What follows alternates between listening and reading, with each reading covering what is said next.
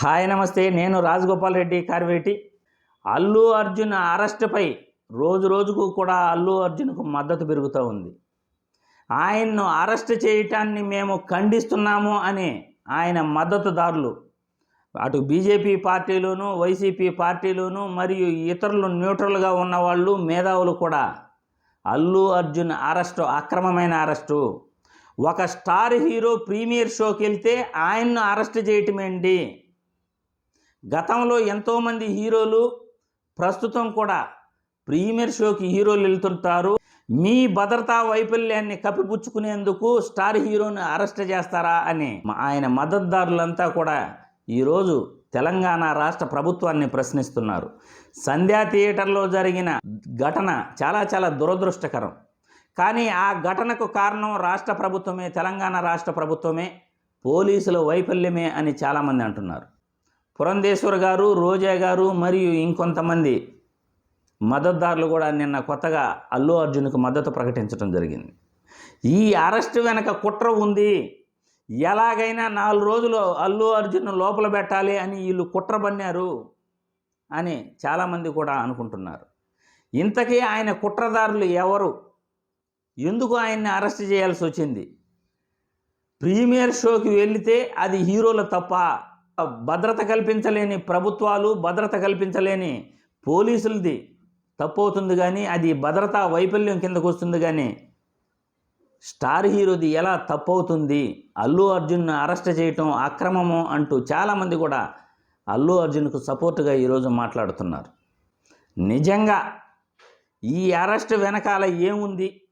నిజంగా రాజకీయ కోణం ఉందా అనేది జనాలకి క్లియర్గా తెలుస్తూ ఉంది. కానీ చెప్పలేకపోతున్నా. ఫలానా వాళ్ళు ఈ విధంగా అల్లు అర్జున్ను లోపల పెట్టారు అని మాట్లాడుకుంటున్నారు.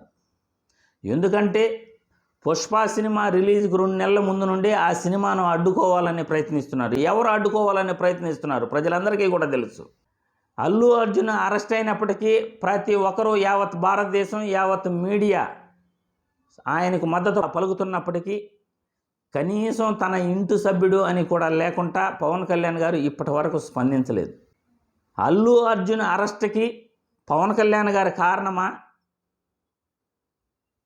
ఇది నిజమా కాదా అయితే అది ఆ దేవుడు నిర్ణయించాలి. ఎందుకంటే ప్రజలు, అభిమానులు కూడా ఎక్కువ పవన్ కళ్యాణ్ పైన ఫోకస్ పెడుతున్నారు. పవన్ కళ్యాణే అల్లు అర్జున్ను అరెస్ట్ చేయించాడు, చంద్రబాబు మరియు రేవంత్ రెడ్డితో కలిసి పవన్ కళ్యాణ్ అరెస్ట్ చేయించాడు అని జనాలు అనుకుంటున్నారు, అభిమానులు అనుకుంటున్నారు. డైరెక్ట్గా కూడా చాలామంది సోషల్ మీడియాలో కామెంట్స్ కూడా పెడుతున్నారు. ఒక హీరోను అరెస్ట్ చేయటం అనేది చాలా తప్పు. డైరెక్ట్గా కానీ ఇండైరెక్ట్గా కానీ ఆయనకు అసలు ఆ సంఘటనకు ఎటువంటి సంబంధం లేదు. ఎందుకంటే ప్రీమియర్ షో చూడాలని, ఒక హీరో సినిమా చూడాలని జనాలు ఎగబడతాం, మేము కూడా అనుకుంటాం.